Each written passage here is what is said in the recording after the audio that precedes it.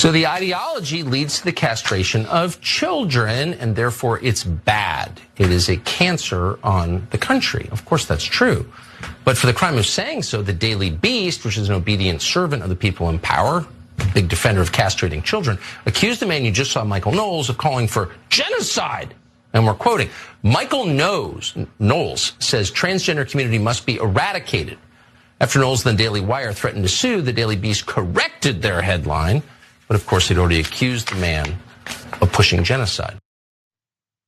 They did that because that's what he's doing. That's what he's intentionally doing so that he can get more credit on the right, so he can be brought on Tucker Carlson, so they can then play their little game where, no, I didn't say it about transgender people. I just said it about transgenderism, this thing that we've made up that we can rhetorically attack and pretend that we're not trying to drive people into the shadows or inspire our followers to follow them around the country, beating them and in some cases killing them.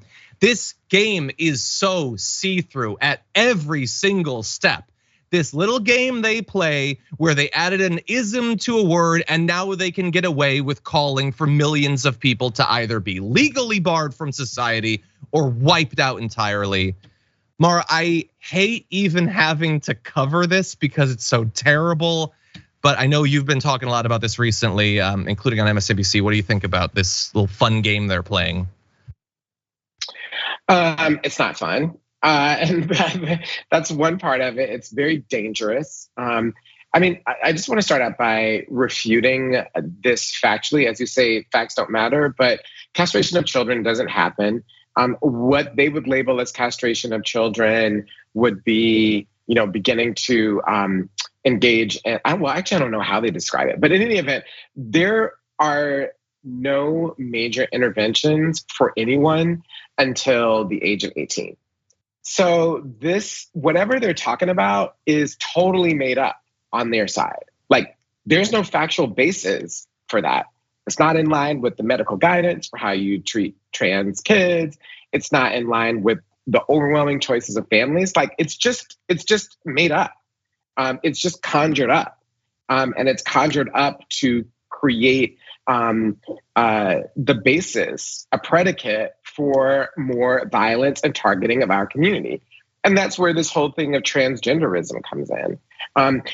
We have seen this playbook before. There is not any example of fascism targeting a group of people anywhere in the world, or an authoritarian regime targeting people anywhere in the world, where they first don't label the belief system as the thing to be targeted. So once you make the belief system, whatever that is, belief system or ideology, unacceptable, then you can make the people unacceptable. Then comes the targeting and exclusion of people. So this, I keep telling people over and over that what is happening with trans people is just the road test for what they will do across the country in order to be able to maintain a white Christian nationalist majority, which what they're doing is road testing. How can we legally exclude a group of people from the United States and persecute them and marginalize them in order for us to maintain control?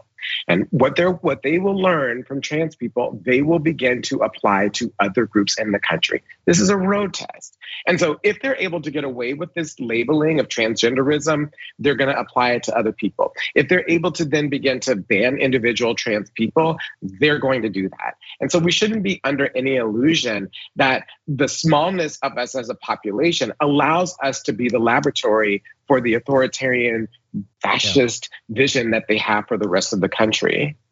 Yeah, first of all, I think you're 100% right that this is going to naturally expand. I mean, they're already in Iowa, they're trying to ban gay marriage again in their constitution. So they're back to that. But I also want to point out, because I've seen some cis people on Twitter are like, they'll invoke that they came for blank, but then I didn't do anything.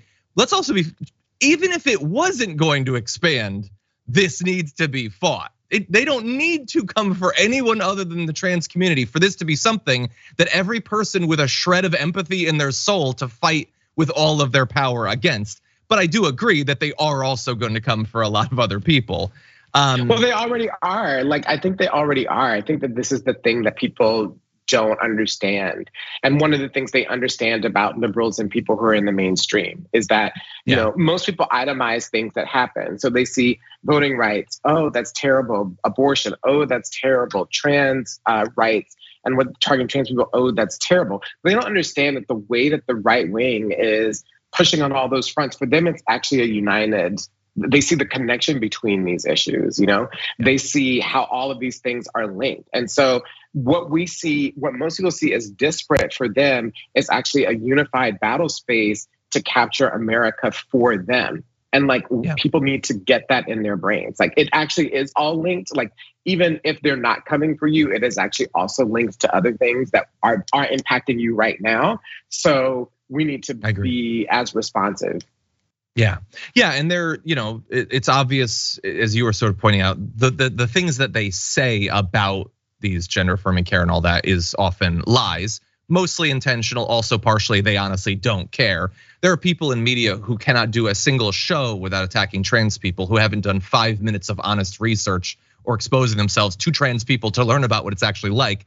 But also, they do this little bait and switch where they're like, well, this is just about the kids. This is about the castration. They love, oh my God, do they love saying the word mutilation? Oh my God, it's their favorite word. And then they ban the care for everyone of every age. They ban, well, I mean, also changing. Continue. I mean, also what's sick about it is that, like, they're sexualizing children. I think that's wild. Like, they say that everyone else is sexualizing children. They're the ones that are talking about castrating, to use their language, 7-year-olds to 8-year-olds. That's turning a child into a sexual object. So you all actually believe that children are sexual objects. And that's what's wild to me, is that the thing that they accuse other people of doing, the thing that they accuse QAnon, I mean, the QAnon conspiracy, which this is a part of, of doing, they actually do themselves. They're the ones sexualizing children. And that's what's actually revolting. Yeah, well, and also there's another example of that, the thing they're accusing the other side of doing. Did you catch that little comment there from Tucker Carlson where the Daily Beast are obedient servants of the people in power?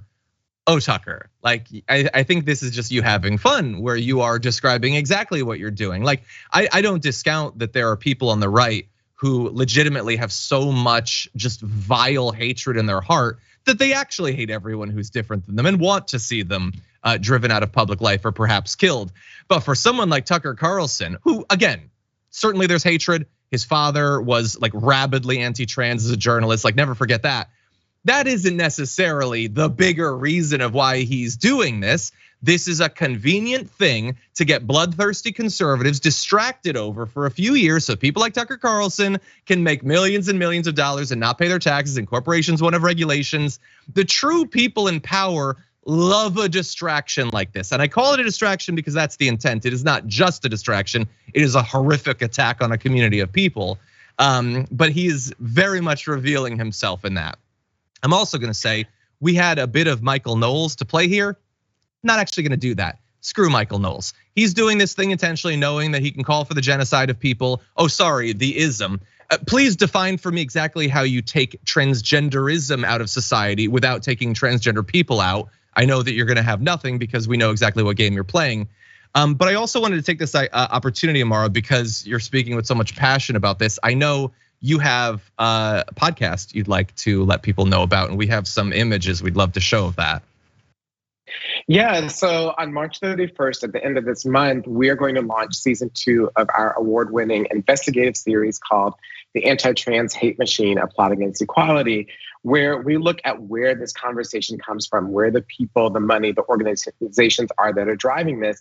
And in this season, we're gonna look specifically at what you're talking about. Where does the cultural conversation about trans people and trans kids come from? Because I have to tell you, it's not natural, it's manufactured. And so we spent a year and a half unpacking the entire cultural, media, pseudoscientific landscape on the right and the Christian nationalist movement, which has driven this particular conversation that is the predicate for all of these bills. And they've just been really successful in taking these fringe ideas from the internet and moving them into the mainstream. And so what we do is tell the story of how that happened, because there is a story there. Yeah, incredibly important to explain how these people apparently Like they would have you believe that they only just discovered that trans people exist a couple of years ago. They believe that we are the first society and the first time to ever have anyone who identifies in any way that they're not comfortable with. It's just obvious nonsense. But everyone definitely check that out, as well as Translash Podcast with Imara Jones. Everyone, thank you for that.